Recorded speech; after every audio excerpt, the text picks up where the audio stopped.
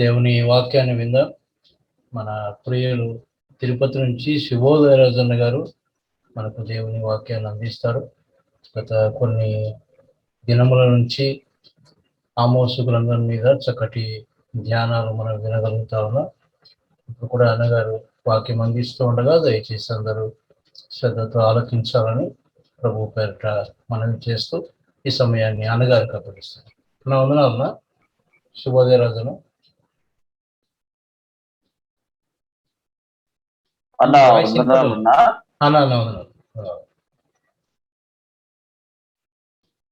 వినపడుతుందా అన్న? ఇప్పుడు వినపడుతుంది. క్లియర్ గా వినపడుతుందా? పర్వాలేదన్న, కొంచెం లో వాయిసే.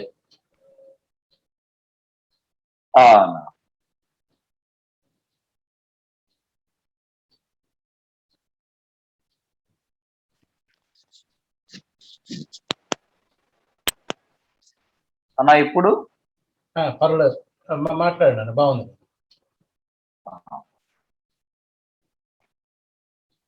ప్రియులారా, మేము కొత్తగా ఇల్లు మారాము, ఇందులో టవర్ కొంత తక్కువగా ఉందని తెలియజేస్తున్నారు. అందుకే మాటికి వినబడుతుందా అని అనిపించింది. దేవుని వాక్యం మనము చదువుకుందాం. ఆమోసు గ్రంథం మన వరుస ధ్యానాలలో భాగంగా ఆమోసు గ్రంథం 5వ అధ్యాయం. ఆమోసు గ్రంథం 5వ అధ్యాయం 8 నుండి 13 వరకు మన ధ్యానం కొరకై మనము చదువుకుందాం. ఆమోసు గ్రంథం 5వ అధ్యాయం 8వ వచనం నుండి 13వ వచనం వరకు మన ధ్యానం కొరకై మనం చదువుకున్నాం. ఆయన సప్తఋషి నక్షత్రములను, మృగశీర్ష నక్షత్రమును సృష్టించిన వాడు, కారు చీకటిని ఉదయముగా మార్చువాడు, పగటిని రాత్రి చీకటి వలె మార్పు చేయువాడు, సముద్ర జలములను పిలిచి వాటిని భూమి మీద పొర్లి పారజేయువాడు. ఆయన పేరు యెహోవా. బలాఢ్యుల మీదికి ఆయన నాశనము తెప్పింపగా దుర్గములు పాడగును. అయితే గుమ్మములో నిలిచి బుద్ధి చెప్పు వారి మీద జనులు పగబట్టుదురు. యథార్థముగా మాట్లాడు వారిని అసహించుకొందురు. దోష నివృత్తికి రూకలు పుచ్చుకొని నీతిమంతులను బాధ పెట్టుచు గుమ్మమునకు వచ్చు బీద వారి అన్యాయము చేయుట వలన నీ అపరాధములు విస్తారములైనవనియు నీ పాపములు ఘోరమైనవనియు నీ ఎరుగు. దరిద్రుల యొద్ద పంటమోపులను పుచ్చుకొనుచు మీరు వారిని అనగద్రొక్కుదురు గనుక మలుపు రాళ్లతో మీరు ఇల్లు కట్టుకొనినను వాటిలో మీరు కాపురముండరు. శృంగారమైన ద్రాక్ష తోటలు మీరు నాటినను ఆ పండ్ల రసము మీరు త్రాగరు. ఇది చెడు కాలము గనుక ఈ కాలమున బుద్ధిమంతుడు ఊరకుండును. ప్రియులారా, ఈ ఉదయకాల వేళ ఏకోజామునే ప్రభు వాక్యాన్ని వినాలని తన మహాసంకల్పము చొప్పున మనం ఈ శబ్ద యంత్రాల ద్వారా కలుసుకోవడానికి ప్రభు కృప చూపించాడు. ఆమోసు గ్రంథం ధారావాహికంగా మనం ధ్యానం చేయడానికి దేవుడు చూపిస్తున్న ప్రేమ కొరకై ప్రభువుకు కృతజ్ఞతలు. ఎంతో ఓపికతో, శ్రద్ధతో, వయస్సుతో నిమిత్తము లేకుండా వేకువజామునే వాక్యం మీద ప్రేమతో చేరి వచ్చిన మీ అందరికీ నా హృదయపూర్వకమైన వందనాలు తెలియజేస్తున్నాను. 5వ అధ్యాయంలో ఇశ్రాయేలు జనాంగాన్ని కన్యక అని సంబోధించాడు ఈ ప్రవక్త. ఇశ్రాయేలు జనాంగాన్ని కూలిపోయిన కన్యక అని సంబోధించాడు ఈ ప్రవక్త. భవిష్యత్తులో జరగబోయే దానిని, భౌతికంగా జరగబోయే దానిని ఊహించిన ఈ ప్రవక్త ఆత్మీయంగా అప్పుడే కూలిపోయిన వారిని గురించి మాట్లాడుతున్నాడు. మీరు కూలిపోయిరి, ఇశ్రాయేలు కూలిపోయిను, మరెన్నటికీ ఎవరు లేవనెత్తకుండా వారు కూలిపోయారని, లేవనెత్తువాడు ఒక్కడునూ లేడు. ప్రభువైన యెహోవా సెలవిచ్చినదేమనగా, వారి యొక్క దౌర్భాగ్య స్థితిని వివరిస్తూ ఉన్నాడు. మీరు 1000 మంది బయలుదేరితే 100 మంది తిరిగి వచ్చారు, 100 మంది బయలుదేరి వెళితే 10 మంది తిరిగి వచ్చారు, 10 మంది వెళితే ఒక్కడు తిరిగి వచ్చాడు. 90% నాశనాన్ని వివరిస్తూ ఉన్నాడు. కొంత శేషం మాత్రమే మిగిలినట్టుగా ఈ అధ్యాయములో వివరిస్తున్నాడు. ఓ ఇశ్రాయేలీయులారా, ఇశ్రాయేలీయులతో సెలవిచ్చినదేమనగాని తిరిగి 4వ వచనంలో వారికి బోధిస్తున్నాడు, ప్రకటిస్తున్నాడు. రండి, నన్ను ఆశ్రయించండి, నన్ను ఆశ్రయించండి. మీరు నన్ను ఆశ్రయిస్తే బ్రతికెదరు. ఇప్పటికైనా మునిగిపోయిందేం లేదు, ఇప్పటికైనా సమయం మించిపోయిందేం లేదు. నన్ను ఆశ్రయించండి, మీరు బ్రతికెదరు.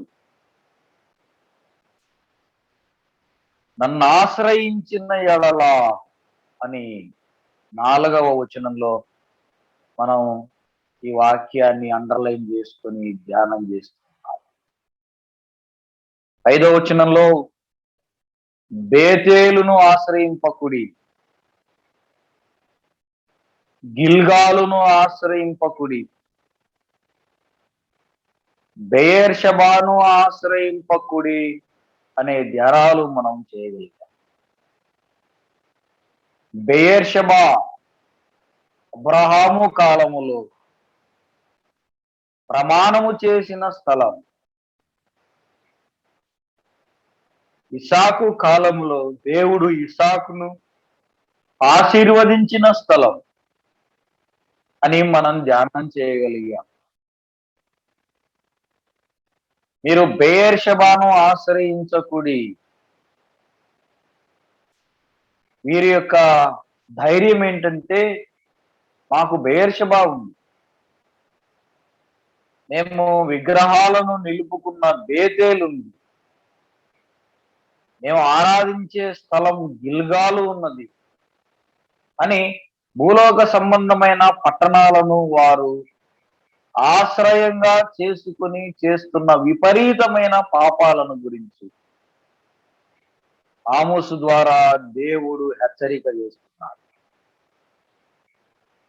మీ ధైర్యము బెయేర్షెబానా? మీ ధైర్యము ఈ లోకములో ఉన్న బేతేలా? లేదా మీ ధైర్యము ముచ్చటగా కట్టుకున్న పెద్ద మందిరమా? మీరు పాపాలు చేయడానికి మీరు కట్టుకున్న దంత నిర్మిత నగరులా? మీ ధైర్యము కోట్ల రూపాయలు పోసి కట్టుకున్న ఇల్లులా? మీ ధైర్యము బ్యాంక్ బ్యాలెన్స్ లా? నీ ధైర్యము బేర్షబానా? ఇదిగో నేను వాటి మీద అగ్ని, బేర్షబా మీద అగ్నిని కురిపించబోతున్నాను, ఎవడను ఆర్పివేయలేకుండా, ఎవడు ఆర్పివేయలేని అగ్నిని నేను బేర్షబా మీద కురిపించబోతున్నాను. ఓ ఏసేపు సంతతి వారలారా, మీరు వినండి, నన్ను ఆశ్రయించండి. ఎందుకు మీరు బెయేర్షెబాను ఆశ్రయిస్తారు? ఎందుకు మీరు గిల్గాలును ఆశ్రయిస్తారు అని ఇశ్రాయేలీయులకు బోధించాడు. కృపాకాలములో సంఘానికి మీరు ధనాన్ని ఆశ్రయించవద్దు, మీ దగ్గర ఉన్న డబ్బును మీరు ఆశ్రయంగా చేసుకునవద్దు, మీకున్న అందాన్ని మీరు ఆధారం చేసుకోకూడదు. నన్ను ఆశ్రయించండి, మీకు నిత్య జీవం ఇస్తా. నన్ను ఆశ్రయించండి, మహిమకు వారసులుగా చేస్తా. నన్ను ఆశ్రయిస్తే రెండవ మరణం మీ మీద ప్రభుత్వం లేకుండా చేస్తా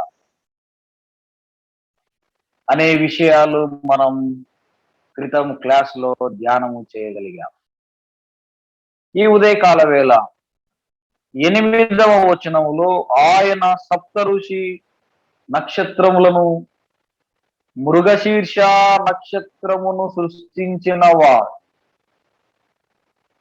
కారు చీకటిని ఉదయముగా మార్చువాడు, పగటిని రాత్రికి చీకటి వలె మార్పు చేయువాడు, సముద్ర జలములను పిలిచి వాటిని భూమి మీద పొర్లి పారచేయువాడు, ఆయన పేరు యెహోవా. ఆయన పేరు యెహోవా అని ఆమోసు ప్రకటిస్తున్నారు.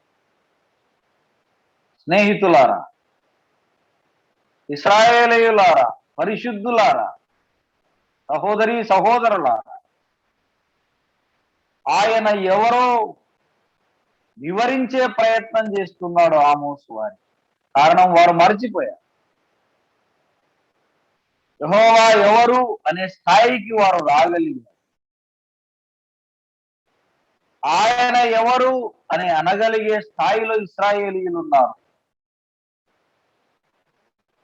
వారికి ఉన్న ఐశ్వర్యాలను బట్టి దేవుడెవరు అనే స్థాయిలో ఉన్నట్లు కనబడుతున్నారు. దేవుడెవరో, అసలు యెహోవా ఎవరు, ఆయన ఎవరో ఆమోసు తిరిగి వారికి వివరిస్తున్నారు. నక్షత్రములను సృష్టించిన వాడు, మృగశీర్ష నక్షత్రము ఆయన సృజించిన వాడు. యోబు గ్రంథం 38వ అధ్యాయం 31వ వచనములో, యోబు నువ్వు ఎక్కడున్నావు? ఈ నక్షత్రములను సృష్టించినప్పుడు నీవు ఎక్కడున్నావు అనే విషయాలు మనకు కనబడతాయి. ప్రకటన గ్రంథములు ఆయన 7 నక్షత్రములను చేత పట్టుకొని అనే మాటలు మనం ఎరుగుదుము. ఆయన పేరు యెహోవా, పగటిని రాత్రిగా మార్చేవాడు, ఆయనను ఆశ్రయిద్దాం. రాత్రిని ఉదయముగా మార్పు చేయువాడు, ఆయనను ఆశ్రయిద్దాం. పాపిని పరిశుద్ధునిగా చేయగలిగిన వాడు ఆయనను ఆశ్రయిద్దాం. పరిస్థితులను పూర్తిగా మార్పు చేయగలిగిన వాడు ఆయనను ఆశ్రయిద్దాం. స్నేహితులారా, మీ జీవితాన్ని పూర్తిగా మార్చగలిగిన వాడు ఆయనను ఆశ్రయిద్దాం. ఈ లోకం విడిచిన తరువాత పరలోకానికి ఆహ్వానించేవాడు ఆయనను ఆశ్రయిద్దాం. ఇశ్రాయేలీయుల, మీరు ఆయనను ఆశ్రయించుడి, మీరు బ్రతికెదరు.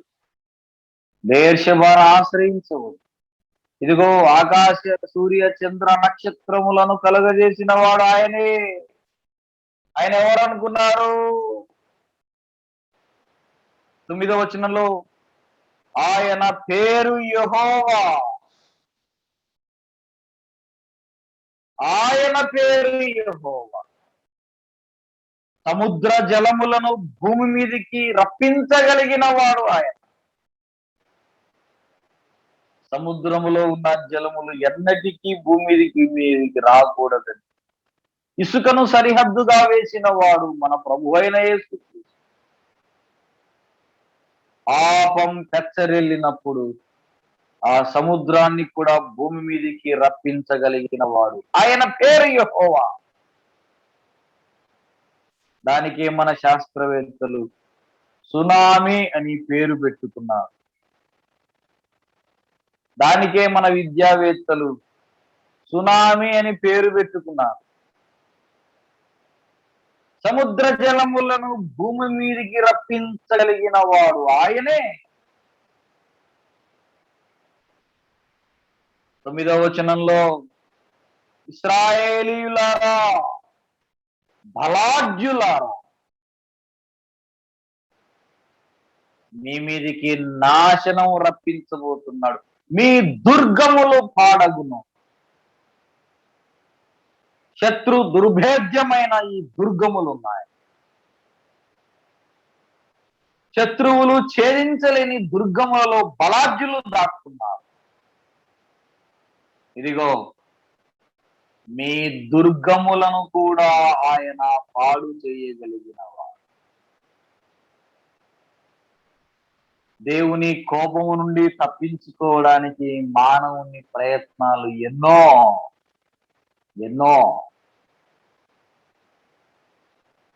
ఇదిగో ఆయన వాటన్నిటినీ పాడు చేయబోతున్నాడు. బలాఢ్యులున్నారు ఇశ్రాయేలు జనాంగం.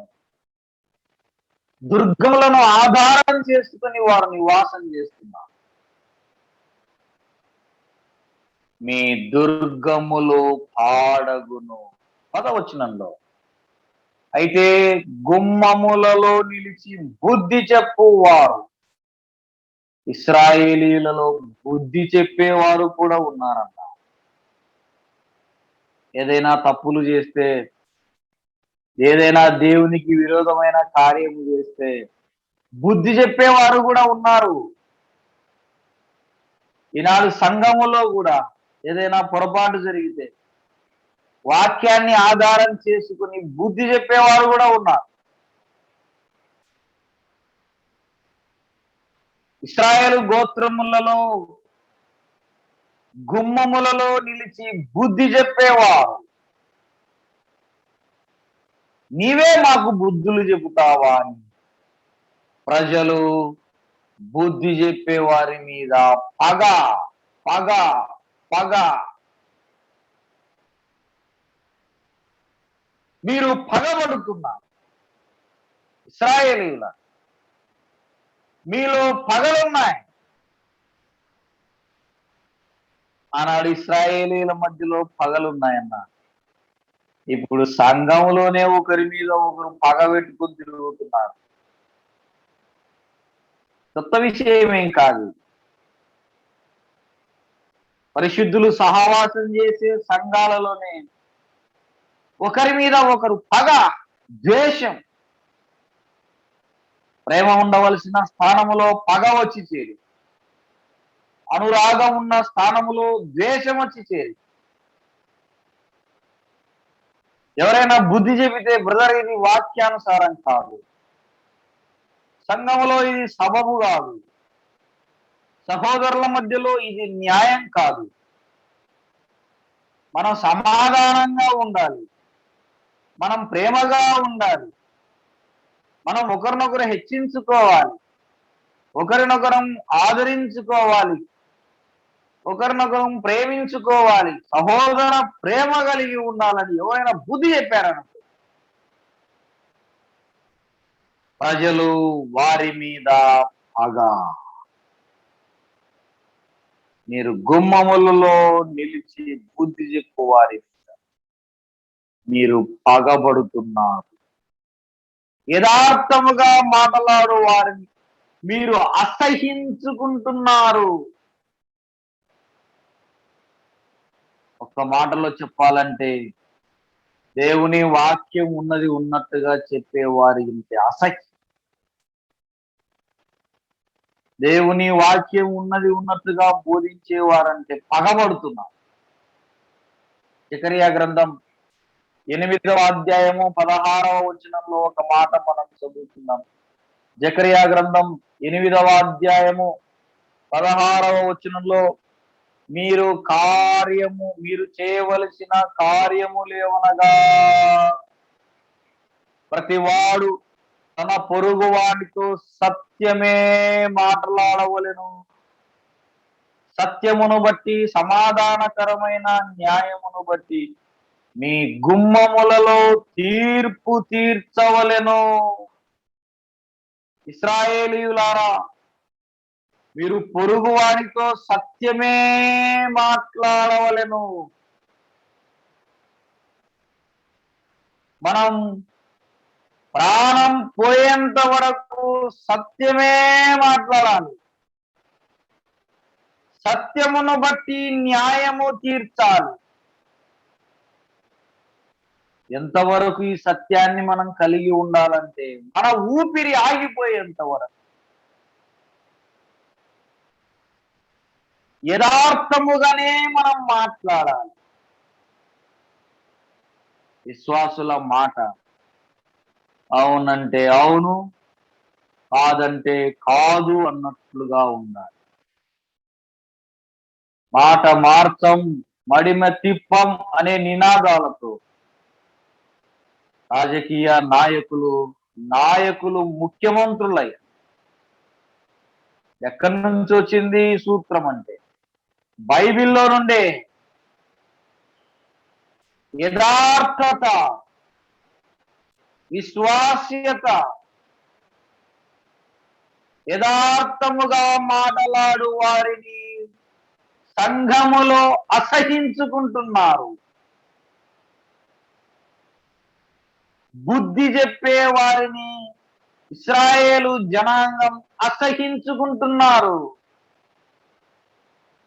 గుమ్మములలో నిలిచి ప్రజలకు బుద్ధి చెప్పేవారంటే ఇశ్రాయేలీలకు అసహ్యమైపోయింది. సత్యం మాట్లాడేవారంటే జనులు పగబడుతున్నారు. ప్రియుల,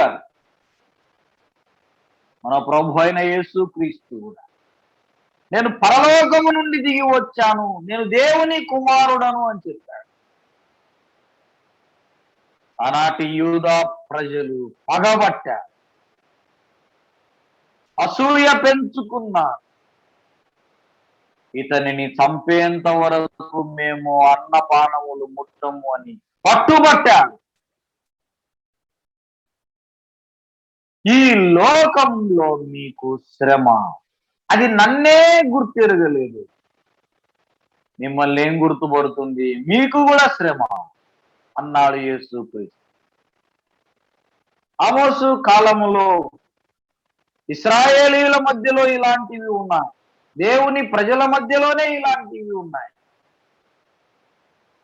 లోకములో ఒక సామెత ఉందన్న, పగబట్టేది ఏ జంతువు? పాము పగబడతాడు, పాము పగబడుతుంది అని లోక రీతిగా వారు మాట్లాడుకుంటున్నారు. పాము దేనికి సాదృశ్యం? అపవాదికి సాదృశ్యం. పగబట్టే సహోదరులారా, ఆలోచించు. ఎవరైనా మంచి మాటలు చెబితే పగబడుతున్నారా? ఎవరైనా సద్భక్తిగా బ్రతుకుతుంటే వారి మీద పగబడుతున్నారా? ఎవరైనా నీతి న్యాయములు అనుసరిస్తూ ఉంటే వారి మీద పగబడుతున్నారా? ఎవరైనా యథార్థంగా మాట్లాడుతుంటే వారి మీద పగబడుతున్నారా? ఎవరైనా సత్యం మాట్లాడుతుంటే వారిని అసహించుకుంటున్నారా? జాగ్రత్త సుమా, ఎవడు ఆర్పివేయలేకుండా అగ్ని, దేవుని కోపం రగులుతుంది వారి. ఇశ్రాయేలీయులు న్యాయమును బట్టి తీర్పు తీర్చడానికి 11వ వచనంలో దోష నివృత్తికి రూకలు పుచ్చుకొని నీతిమంతులను బాధ పెట్టుచు, దోష నివృత్తికి రూకలు పుచ్చుకుంటున్నారు. దోష నివారణ కొరకై ఎవరి మీదనైనా ఒక దోషము మోపబడితే, నేరం మోపబడితే దానిని క్షమించడానికి రూకలు తీసుకుంటున్నారు. రూకలు అనే చోట లంచము అని రాసుకుందాం మనం. లంచము తీసుకొని నీతిమంతులను బాధ పెట్టుచు, గుమ్మమునకు వచ్చు బీదవారిని అన్యాయము చేయుట వలన. ఇశ్రాయేలీయులలో బలాఢ్యులున్నారు, ఇశ్రాయేలీయులలో బుద్ధి చెప్పేవారు ఉన్నారు, ఇశ్రాయేలీయులలో యథార్థంగా మాట్లాడేవారు ఉన్నారు, ఇశ్రాయేలీయులలో సత్యం మాట్లాడేవారు ఉన్నారు. అట్ ద సేమ్ టైం ఇశ్రాయేలీయులలో లంచము పుచ్చుకునేవారు కూడా ఉన్నారు. ఇశ్రాయేలీయులలో బీదవారు కూడా ఉన్నారు. బీదవారు మాకు న్యాయం చేయండి మహాప్రభు అని వారి దగ్గరికి వస్తే వారు లంచాలు తీసుకుని న్యాయమును అన్యాయమునకు మార్చేవారు.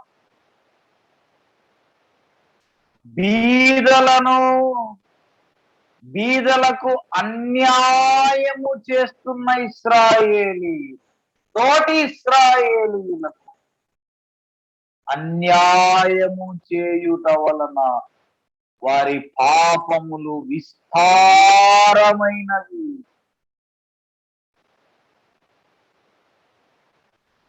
వారి పాపములు విస్తారమైనవి. స్నేహితులారా, ఎవరైనా బీదలు వచ్చి మాకు న్యాయం చేయండి అని అడిగితే మనము న్యాయమే చేయాలి. వారిని బాధ పెట్టడానికి వీలేదు. సంఘములో బీదలు ఉంటారు, మనతో కలిసి ఆరాధన చేస్తున్న వారు ఉంటారు, ఒకే రొట్టెలో పాలు పొందుతూ ఉంటారు. వారి పట్ల మనము న్యాయమే చేయాలి. వారిని బాధ పెట్టడానికి వీల్లేదంట.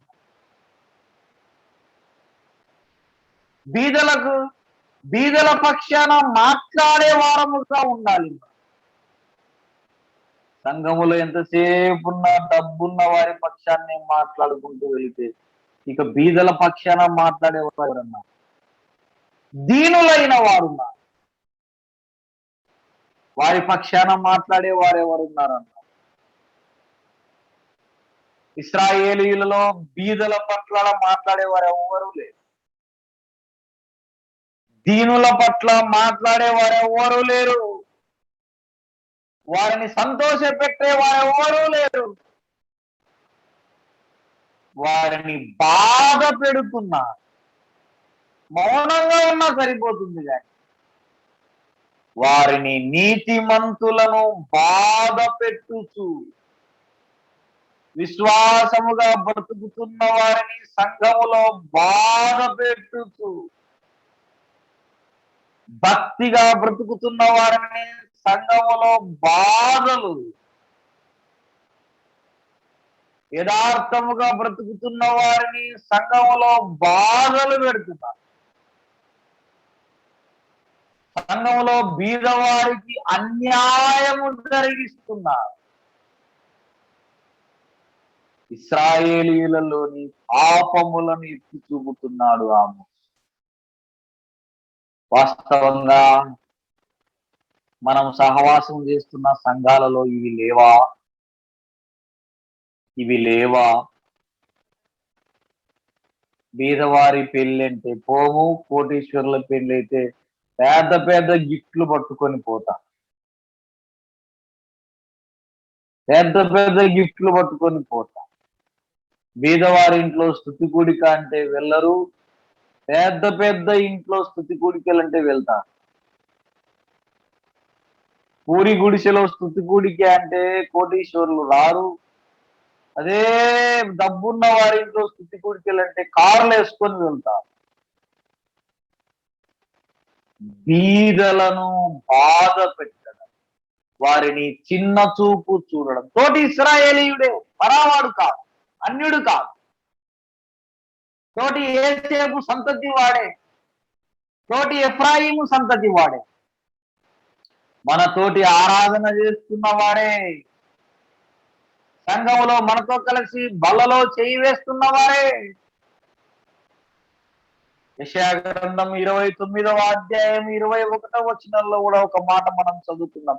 యెషయా గ్రంథం 29వ అధ్యాయము 21వ వచనం, 29వ అధ్యాయము 21వ వచనములో, కీడు చేయ యత్నించుచు ఒక వ్యాజ్యమును బట్టి ఇతరులను పాపులుగా చేయుచు గుమ్మములలో తమ్మును గద్దించు వారిని పట్టుకొనవలెనని ఉరినొడ్డుచు మాయ మాటల చేత నీతిమంతుని పడద్రోయి వారు నరకబడుదురు. ఈ అవిశ్వాసుల గురి ఎప్పుడు చూసిన విశ్వాసులను పడగొట్టాలని, ఈ బేతేలను ఆశ్రయిస్తున్న వారి గురి ఎప్పుడు చూసిన నీతిమంతుల మీదనే. ఈ లోక సంబంధమైన వాటిని ఆశ్రయిస్తున్న వారి గురి ఎప్పుడు చూసిన భక్తి పరుల మీదనే. యేసుక్రీస్తు కాలంలో శాస్త్రులు పరిచయుల గురి ఎప్పుడు చూసిన యేసుక్రీస్తుని ఏ విధంగా పట్టుకోవాలి, ఏ విధంగా పాయింట్అవుట్ చేయాలి, ఎక్కడ దొరుకుతాడు, ఎక్కడ చంపివేయాలి. ఆనాటి యూదా జనాంగం యొక్క గురి యేసుక్రీస్తును ఏ విధంగా పట్టుకోవాలి, ఏ విధంగా చంపివేయాలి, వాళ్ళతో కొట్టి చంపివేయాలా, ఇక ఏ విధంగానైనా చంపివేయాలా. వీడు మగొద్దు, వీనిని సిలువ వేయుడి, వీరిని సిలువ వేయుడి. వారి టార్గెట్ యేసుక్రీస్తును సిలువ వేయాలి. నీతిమంతుడైన ఈయనను మీరు చంపితిరే, జీవాధిపతి అయిన ఈయనను మీరు చంపితిరే. నీతిమంతుల మీద ఉరి నొడ్డుచు. మీరు బాగా గమనించండి, ఈ మధ్య కాలంలో సంఘములో ఎవరైనా నీతిగా బ్రతుకుతుంది, వారి మీద కొంతమంది విశ్వాసుల దాడులు ఎక్కువైపోయి. మీరు గమనించండి, నేను గమనించడం మాత్రమే కాదు, అది అనుభవించాను కూడా. స్వతహాగా దానిని నేను అనుభవించాను. ఎవరైనా సద్భక్తిగా బ్రతకను ఉద్దేశించిన ఎడల వానికి హింసలు కలుగును అని వ్రాయబడిన ప్రకారం ఇశ్రాయేలు జనాంగములో నీతిమంతులను బాధ పెట్టు, బీదలను అనగద్రొక్కుచు. సంఘములో బీదవారిని అనగద్రొక్కడానికి వీల్లేదు, నీతిమంతులను అనగద్రొక్కడానికి వీల్లేదు, బీదల పట్ల అన్యాయంగా మాట్లాడడానికి వీల్లేదు. బీదలను కనికరించువాడు యెహోవాకు అప్పిచ్చువాడు అని రాయబడింది బైబిల్ ప్రకారం. నీతిమంతుడు, ఈ నీతిమంతులను వారు బాధ పెట్టుచు బీదలకు అన్యాయము చేయు. నిర్గమాకాండం 23వ అధ్యాయం 8-9 వచనాలలో ధర్మశాస్త్రములో ఇశ్రాయేలీయులకు బోధించిన మాటలు నిర్గమాకాండం 23వ అధ్యాయము 8, 9 వచనాలలో ఒక మాట మనం చదువుకుందాం. లంచము తీసి కొనకూడదు. లంచము దృష్టి గల వానికి గుడ్డితనము కలుగ చేయును. నీతిమంతుల మాటలకు అపార్థము చేయును. పరదేశిని బాధింపకూడదు. పరదేశి మనస్సు ఎట్లుండునో మీరెరుగుదురు. మీరు ఐగుప్తు దేశములో పరదేశిలై ఉంటిరి కదా ఇశ్రాయేలీయులారా. మీరు రూకలు పుచ్చుకోవడానికి వీల్లేదు. న్యాయమును బట్టి తీర్పు తీర్చాలి గాని, ఏదైనా మాట్లాడవలసి వస్తే న్యాయంగా మాట్లాడాలి గాని, ఏదైనా నిర్ణయం తీసుకోవలసి వచ్చినప్పుడు న్యాయాన్ని బట్టి నిర్ణయం తీసుకోవాలి గాని, రూకల కోసము ఆశపడి, లంచముల కోసము ఆశపడి, న్యాయమును అన్యాయమునకు త్రిప్పివేయడం సంఘాలలో సరైన పద్ధతి కాదు. ధనవంతుల పక్షమున మాట్లాడి బీదల పక్షమున అన్యాయము చేయడానికి వీల్లేదు. సహోదరి సహోదరుల మధ్యలో పక్షపాతము ఉండడానికి వీల్లేదు. డబ్బున్న వారు ఏమన్నా అనుకుంటారేమోనని, వారు సంఘం మానుకుంటే వాళ్ళు ఇచ్చే 10% ఆగిపోతుందని, వారు రావడం మానుకుంటే సంఘానికి డబ్బులు రావని, వారు రావడం మానుకుంటే వారి ఇల్లు దర్శించినప్పుడు వారిచ్చే 500 రూపాయల ఈవి ఆగిపోతుందని, అన్యాయమైనా సరే వారి పక్షాన మాట్లాడకూడదు. ఒకవేళ న్యాయం ఉంటే మాట్లాడు, అంతేగాని అన్యాయముగా మాట్లాడితే అవతల నీతిమంతుడు అన్యాయం అయిపోతున్నారు, అవతల బీదవాడు అరగదొక్కబడుతున్నారు. ఓ ఇశ్రాయేలీయులారా, ఈ విధంగా చేయుట వలన మీ పాపములు విస్తారములైనవి, మీ పాపములు ఘోరమైనవి అన్నారు. పైకి చిన్న విషయమే గాని దేవుని దృష్టిలో ఇది పాపము. దేవుని దృష్టికి ఇది ఘోరము. న్యాయము తప్పించి మాట్లాడడం సంఘాలలో ఇది ఘోరం. సహోదరుల మధ్యలో ఇది నేరం. దేవుని దృష్టికి ఇది వైరం. ఈ ఉదయకాల వేళ ఆమోసు ఇశ్రాయేలీయులలోని పాపములను ఎత్తి మాట్లాడు. సమూయేలు మొదటి గ్రంథం 8వ అధ్యాయము 3వ వచనంలో ఒక మాట మనం చదువుతున్నాం. సమూయేలు మొదటి గ్రంథం 8వ అధ్యాయము 3వ వచనంలో, 8వ అధ్యాయం 3వ వచనం, మీరు బెయేర్షెబాలో న్యాయాధిపతులుగా ఉండిరి. అతని కుమారుల ప్రవర్తనను అనుసరింపక ధనాపేక్షకులై లంచములు పుచ్చుకొని న్యాయమును త్రిప్పివేయగా. న్యాయము త్రిప్పేది. లంచాలకు ఆశపడి జరగవలసిన న్యాయము సంఘాలలో జరగకుండా అన్యాయము రాజ్యమేలుతున్నది. ధనాపేక్షకులై అని రాయి. ఇశ్రాయేలీయులారా, మీరు రూకలు పుచ్చుకొని, మీరు ధనాన్ని ఆశ్రయించి బీదల పట్ల అన్యాయంగా ప్రవర్తిస్తున్నారే. సంఘములో ధనవంతుల దగ్గర మంచి పేరు కోసం పాకులాడి నీతిమంతుల పట్ల అన్యాయంగా ప్రవర్తిస్తున్నారు. సంఘములో కోటీశ్వరుల దగ్గర మంచి పేరు సంపాదించుకోవాలని బీదల పట్ల నిష్కారణంగా ప్రవర్తిస్తుంది. ఇది దేవుని దృష్టికి ఘోరం. ఇది దేవుని దృష్టికి నేరం. ఇలాగూ చేయడం వలన సంఘములో పాపము చేసిన వారమవుతాం. సంఘములో నేరము చేసిన వారమవుతాం. కొత్త నిబంధన గ్రంథములో యోహాను సువార్త 7వ అధ్యాయం 24వ వచనంలో కూడా ఒక మాట మనం చదువుకున్నాం. కొత్త నిబంధన వెలుగులో యోహాను సువార్త 7వ అధ్యాయము 24వ వచనం, 7వ అధ్యాయము 24వ వచనంలో మనము ఒక మాట చదువుకుందాం. ప్రభు అయిన యేసు క్రీస్తు మాట్లాడిన మాట, వెలిచూపును బట్టి తీర్పు తీర్చక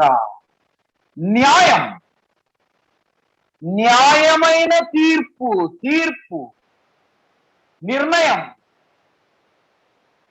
మనం ఏదైనా మాట్లాడవలసి వస్తే సంఘాలలో న్యాయం ఉండాలి. మనం మాట్లాడే దాంట్లో న్యాయం ఉండాలి. ఇశ్రాయేలీల మాటలలో న్యాయం లేదు. ఇశ్రాయేలీల మాటలలో సత్యము లేదు. ఇశ్రాయేలీల మాటలలో పవిత్రత లేదు. ఇశ్రాయేలీల మాటలలో యథార్థత లేదు. అది దేవుని దృష్టికి పాపముగా ఎంచబడి, దేవుని దృష్టికి నేరముగా ఎంచబడి, అది దేవునితో వైరము కలుగజేసింది వారి. ప్రియమైన సహోదరి సహోదరులు, ఈ జూమ్ మీటింగ్ లో దాదాపుగా అందరము బాధ్యత కలిగిన వారిని కనెక్ట్ అవుతున్నాం. మనము సహవాసము చేస్తున్న సంఘాలలో న్యాయం. ఇదే కొత్త నిబంధన గ్రంథములు, మీ హృదయములలో వాక్యమును ఏలనీయుడి. సంఘాలలో వాక్యము ఏరులై పారాలి.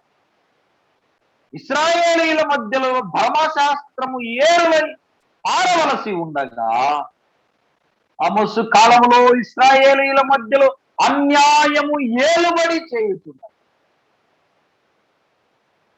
అన్యాయము ఏలుబడి చేయుచున్నది. వారి మధ్యలో ధర్మశాస్త్రానికి సంబంధించిన విధులు ఏమీ లేవు.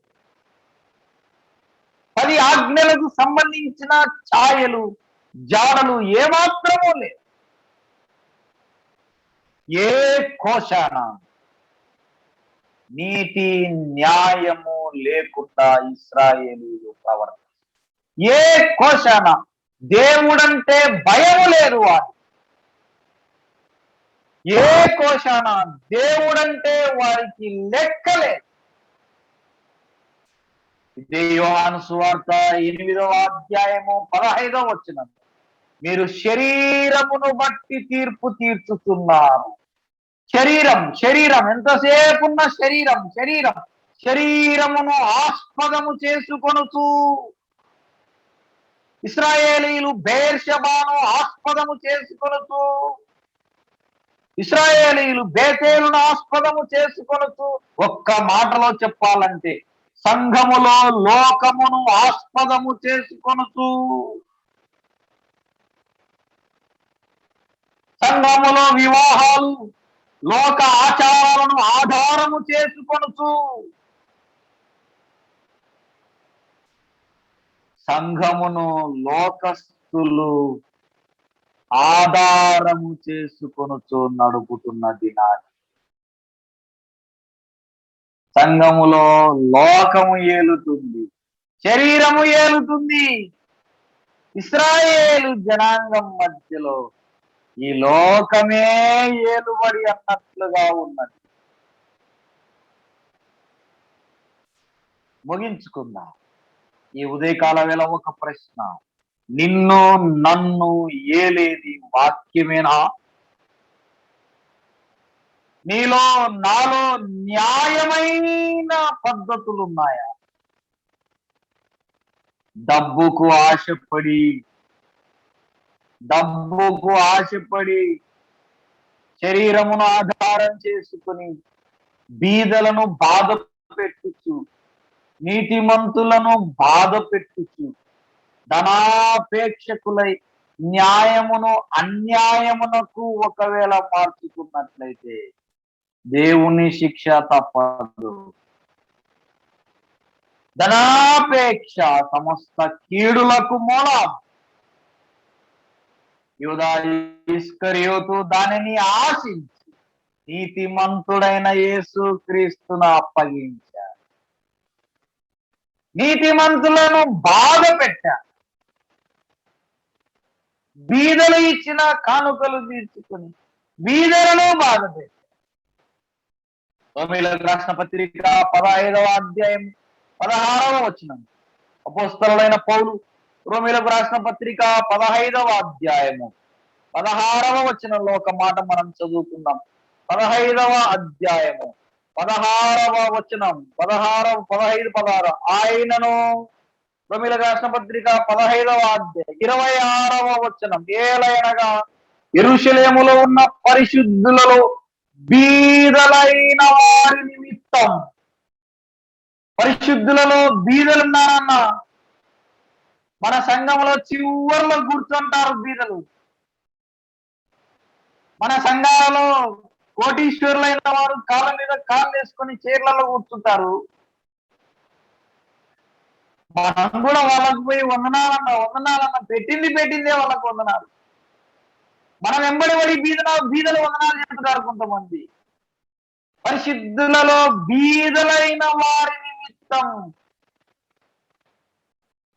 వాస్తవంగా బీదల ఇంటిలో పెళ్ళంటే మనం ముందుగా వెళ్ళి ఏమేం చేయాలో అన్ని చేయాలి. ఈ మధ్య కాలంలో మా తిరుపతిలో ఒక ఆదరణ కూడికి జరిగింది. రండి బ్రదర్ అని ఆహ్వానించి, ఆంటీ వస్తున్నాను, నేను చివరి వరకు ఉంటాను మీ తిరుపతిలో, అందరూ తినేసి వెళ్ళిపోయిన తర్వాత కూడా ఉంటాను, ఇంకేదైనా అవసరం ఉంటుంది అన్నట్టుగానే వెళ్ళాను. చివరి వరకు ఉన్నాను. అందరూ తినేసి వెళ్ళిపోయినారు, ఇంకా కొంతమంది తినలేదు. ఏంటంటే వీళ్ళు భోజనం చేయలేదంటే, బ్రదర్ వండినేదంతా అయిపోయింది బ్రదర్, వీళ్ళకి ఏం పెట్టాలని అర్థం కావడం లేదు. చుట్టూ తిరిగి చూస్తే సంఘస్థులు ఒక్కర్లేరు. తిన్నారు, వెళ్ళిపోయినారు. కోటీశ్వరులంతా తిన్నారు, లక్షాధికారులంతా వెళ్ళిపోయినారు. కారణం ఏంటంటే వారు బీదవారు. వారి దగ్గర ఎక్కువసేపు ఉండరు ధనవంతులు. వాళ్ళ ఇళ్ళలో ఏం జరిగినా పెద్దగా పట్టించుకో. బీదలైన వారు వారి పట్ల, పరిశుద్ధులలో బీదలైన వారి నిమిత్తం మాసిదోనియ వారు, అకయా వారు కొంత సొమ్ము చందావేయని ఇష్టపడి. కృపాకాలంలో యేసుక్రీస్తు మనకు నేర్పించిన పాఠం. ఇశ్రాయేలీయులలో బీదవారిని బాధ పెట్టుచున్నారు. ఈనాడు సంఘాలలో కూడా బీదవారిని బాధ పెట్టుచున్నారు. అది కా పౌలు మాట్లాడుతున్నారు. పరిశుద్ధులలో బీదవారైన నిమిత్తం మనము కొంత సొమ్ము, కొంత నష్టం, సొంత లాభము కొంత మానుకుంటే చాలన్నా. ఇలాంటి బీదలైన వారి పక్షాన నిలవబడ్డానికి వీలు. చివరిగా గలతీయులకు రాసిన పత్రిక 2వ అధ్యాయం. చివరిగా గలతీయులకు రాసిన పత్రిక 2వ అధ్యాయము 10వ వచనంలో, 2వ అధ్యాయము 10వ వచనం.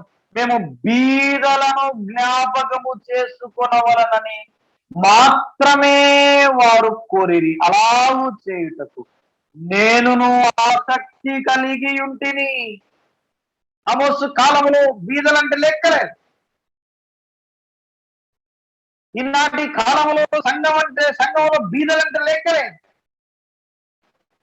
పరిశుద్ధులే, వారి విశ్వాసమందు భాగ్యవంతులని యాకోబు పత్రికలో రాయి. బీదలైన మీకు నేను సువార్తను ప్రకటించుటకు వచ్చి తిని. సంఘాలలో స్టేజీలు ఎక్కి చెబుతారు, ఏనాడైనా స్లమ్ ఏరియాలకు వెళ్ళి వారి పక్కన కూర్చుని పత్రికలు వంచి వారికి సువార్త చెప్పిన సందర్భాలు చాలా తక్కువ. నేటికి మేము ప్లాట్ఫారం మీద కుష్ఠరోగులతో సహా కూర్చొని వారికి పత్రికలు పంచి, అయ్యా యేసు క్రీస్తును నమ్ముకో. కుష్ఠరోగులు ఉంటారన్న, తిరుపతి ప్లాట్ఫారం దగ్గర కుష్ఠరోగులు ఉంటారు, రైల్వే స్టేషన్ దగ్గర కుష్ఠరోగులు ఉంటారు, స్లమ్ ఏరియాలలో బీదలు ఉంటారు. వారి ప్రక్కన పోయి కూర్చుని ఆయన పాపుల మధ్యలోను సుంకరుల మధ్యలోను కూర్చుండెను. బీదలను జ్ఞాపకము చేసుకో, బీదలకు స్వార్థను ప్రకటించు, పరిశుద్ధులైన బీదలను ఆదరించడం, కనికరించడం, యెహోవాకు అప్పీయడమే. ఈ ఉదయకాల వేళ యేసు క్రీస్తు ఈ లోకంలో గ్రామాల వెంబడి తిరిగాడు, బీదలైన వారిని దగ్గరికి తీశాడు, ఆదరించాడు, వారికి భోజనం పెట్టాడు, వారికి వాక్యం చెప్పాడు. ఇదిగో మీ కొరకై విరవబడుతున్న నా శరీరం, మీ కొరకై కార్చబోతున్న నా రక్తము అని మనలను ప్రేమించి కలువరి శిలువలో ప్రాణం పెట్టాడు. ఆయనకు లేని పక్షపాతం మనకెందుకు? ఆమోసు కాలములో పక్షపాతముతో వ్యవహరిస్తున్న ఇశ్రాయేలీయుల మీదకి రాబోతున్న ఉగ్రతను ఆమోసు ద్వారా దేవుడు వారికి వినిపిస్తున్నాడు. మనం ఉగ్రత పాలు కాకుండా మనము దీవెనలు పొందుకొని బీదల పట్ల ఆసక్తి కలిగి, బీదల పట్ల కనికరము కలిగి, యేసు క్రీస్తునకు కలిగిన మనస్సును మనము కలిగి ఉండి అనేకులకు మాదిరికరమైన జీవితం మనం జీవించాలని ప్రభు అయిన యేసు క్రీస్తు వాక్యముల నుండి మనతో మాట్లాడుతున్నాడు. దేవుడి మాటలు మన కొరకై ఆశీర్వదించను గురించి ఇచ్చునుగాక. ఓవర్ టు సహోదరులు, బ్లెస్సింగ్ కదా వర్ణభాష అన్మ్యూట్ కాలేదన్నా. ఓకే ఓకే అన్న. వాక్యం అందించినటువంటి శుభోదయ రాజన్న గారికి మనందరి తరఫున ప్రభు పేరట వందనాలు తెలియజేస్తా ఉన్నాం. ఆమోసు గ్రంథంలో నుంచి 5వ అధ్యాయం 8వ వచనం నుంచి 13వ వచనం వరకు ఉన్నటువంటి సంగతులు దేవుడు మనకు జ్ఞాపకం చేసి ఉన్నాడు. ఆనాడు ఇశ్రాయేలుల మధ్యన దేవునికి విరోధముగా జరిగినటువంటి కార్యాలు ఈనాడు సంఘాల్లో జరుగుతున్నాయి. వాస్తవాన్ని దేవుడు మరొకసారి జ్ఞాపకం చేసి ఉండగా అలాంటి విషయాలు మన సంఘాలలో జరగకుండా మనం జాగ్రత్త పడదాం. వాక్యం అందించిన అన్నగారికి మరొకసారి ప్రభు పేరట వందనాలు తెలియజేస్తా ఉన్నా.